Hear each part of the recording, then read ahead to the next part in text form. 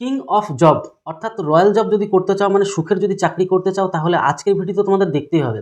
কারণ আজকের ভিডিওতে তোমাদেরকে এমন একটা জবের কথা বলবো, অর্থাৎ FCI, food corporation of India, মানে ফুড দপ্তরের যে মানে কাজ বা চাকরি, সব থেকে বেস্ট লেভেলের একটা চাকরি বা জব বলতে পারো।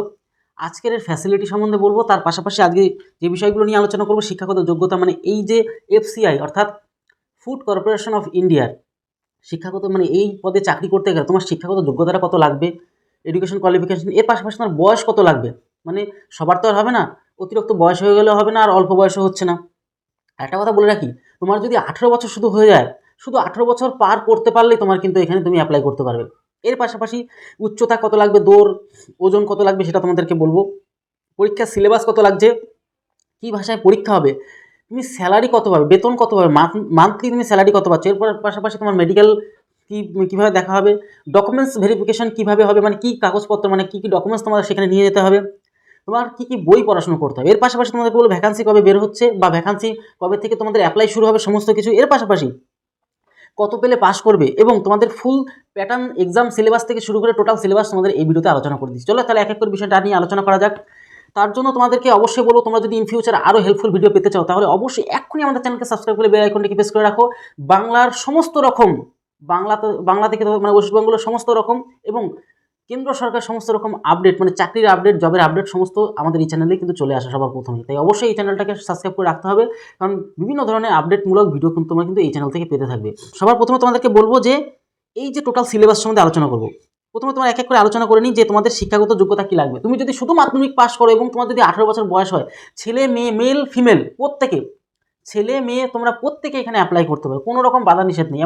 এমন না যে তোমার মাধ্যমিকে এত পার্সেন্ট পেতে হবে, অত পার্সেন্ট পেয়ে উচ্চ মাধ্যমিকে অত পার্সেন্ট পেতে হবে বা গ্র্যাজুয়েশনে অত পার্সেন্ট পেতে হবে, এমন কোনো ব্যাপার নেই। তোমার শুধু পাস করতে পারলেই হবে, মানে টেনে মুনে পাস করতে পারলে তুমি এখানে কিন্তু অ্যাপ্লাই করতে পারছো। আর 18 বছর এবং তার পাশাপাশি মাধ্যমিক পাস। এবার বিভিন্ন ধরনের পোস্ট আছে, কিছু কিছু পোস্ট মাধ্যমিক পাশে, কিছু কিছু পোস্ট উচ্চ মাধ্যমিক পাস করলে পারবে, কিছু কিছু পোস্ট গ্র্যাজুয়েশন কমপ্লিট করলে পারবে। সমস্ত রকম আলাদা আলাদাভাবে সেপারেট হিসাবে তোমাদের একটু বুঝিয়ে দিচ্ছি, যাতে সঠিক তথ্যটা তোমরা পেয়ে যাও। তাহলে বুঝতে পারলে শিক্ষাগত যোগ্যতা মাধ্যমিক পাসের পরে মাধ্যমিক পাস, 12 পাস, গ্র্যাজুয়েশন সমস্ত রকম পোস্টই কিন্তু এখানে তোমাদের আছে। বয়স অফুরন্ত বয়স। মাধ্যমিক বলতে তোমার 18 বছর পাস করে গেলে, তুমি যদি 18 বছর হয়ে যাও, ব্যাস তোমার এখানে কিন্তু লটারি বেঁধে গেল, মানে তুমি এখান থেকে তুমি অ্যাপ্লাই করা শুরু করতে পারছো। 18 বছর পার করে তুমি 40 বছর পর্যন্ত কিন্তু তুমি এখানে অ্যাপ্লাই করতে পারবে, কোনো রকম বাধা নিষেধ কিন্তু তোমার এখানে নেই। এবার তোমাদেরকে একটা কথা বলে রাখি, এফসিআই অর্থাৎ ফুড কর্পোরেশন অফ ইন্ডিয়া, মানে এই যে খাদ্য দপ্তরে তুমি যদি চাকরি করতে চাও, তাহলে তোমার কোনো ওজন লাগছে না, হাইট লাগছে না, দৌড় লাগছে না।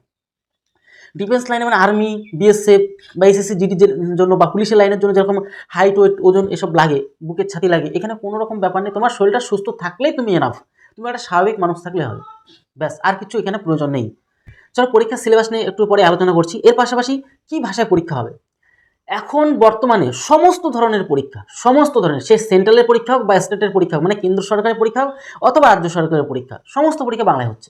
এই একটা কিন্তু মানে আমাদের বাঙালি ছেলেমেয়েদের আগে এই সুযোগ সুবিধাটা ছিল না, এখন কিন্তু সবাই এই বেনিফিটটা পাচ্ছে। যেমন আগে হিন্দিভাষীরা যারা হিন্দি কথা লিখতে পারতো, বলতে পারতো, তাদের একটা বেনিফিট ছিল, তারা হিন্দি এবং ইংরাজিতে পরীক্ষা দিতে পারতো।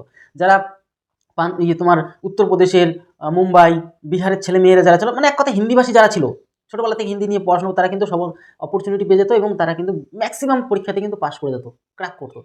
যেহেতু আর অ্যাডভান্টেজটা পেয়ে যেত, সেখানে হিন্দি ভাষা ছোটোবেলাতে পড়াশোনা করেছে, সেই ভাষায় গিয়ে পরীক্ষা দিচ্ছে। আর আমরা কিন্তু সেই তখন আগে পারতাম না, যেহেতু আমরা বাংলা, সেখানে হিন্দি ভাষা বা একটা অন্য ভাষায় গিয়ে পরীক্ষা দেয় একটুখানি হলেও আমরা কিন্তু আনঅ্যাডভান্স পেতাম সেখানে, কিন্তু ওরা কিন্তু অ্যাডভান্টেজটা কিন্তু পেয়ে যেত।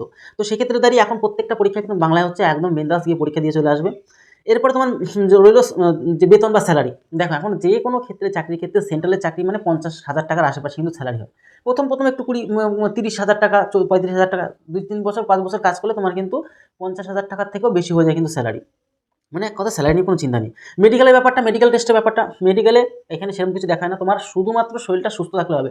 মানে একটা বাজে কোনো রোগ যদি না থাকে তাহলে এনাফ, তাহলে আর কোনো সমস্যা নেই, তুমি সুস্থ স্বাভাবিক মানুষ হলে আর কোনো সমস্যা নেই।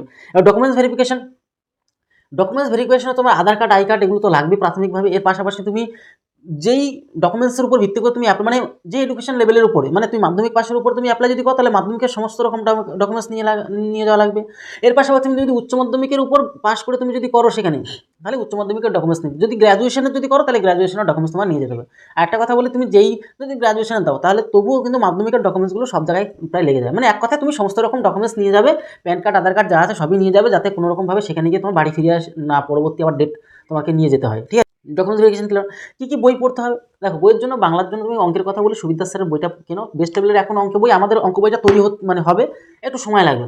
সেক্ষেত্রে দাঁড়িয়ে যেহেতু আমাদের এখান থেকেও প্রচুর সংখ্যক বাংলার অনেক আমার ভাই বোনরা কিন্তু আমার এখান থেকে কিন্তু অ্যাডমিশন নিয়ে কিন্তু অঙ্কের আর রিজনিং দুটো পোর্শন, অঙ্ক প্লাস রিজনিং, শুধু অঙ্ক না, অঙ্ক প্লাস রিজনিংটা বেস্ট লেভেলের চ্যাপ্টার অনুযায়ী শিখছি, এবং তার পাশাপাশি চাকরি রিলেটেড যে সমস্ত কোশ্চেনগুলো পরীক্ষাতে আসে সেগুলো তোমাদের কিন্তু বেনিফিট দিচ্ছি। তোমরা যারা শিখতে চাও তারা অফিসিয়াল নাম্বারে যোগাযোগ করতে পারো। এরপরে তোমাদেরকে বলবো, জিআইয়ের জন্য বলতে চাও, সেটাও সুবিদ্যা স্যারের বই আছে, রিজনিং বই, সেই বইটা কিনে একদম বেস্ট লেভেল। তোমাদের বেস্ট ছাড়া কোনো আলতু ফালতু বই বলবো না। অনেকে যে আলতু ফালতু বই বলে দেয়, নোট দেয়, এটা দেয়, সেটা না। আমি best level, book is best friend, বইয়ের মতন প্রকৃত বন্ধু কিছু হতে পারে, তাই তোমাদেরকে সেটাই শেয়ার করে দিই। এর পাশাপাশি জিকের জন্য তপতি পাবলিকেশনের বইটা, মানে এনসিইআরটি অনুযায়ী সেই বইটা কিনে নাও, যে কোনো পরীক্ষার জন্য তোমার কিন্তু হেল্পফুল একটা বই।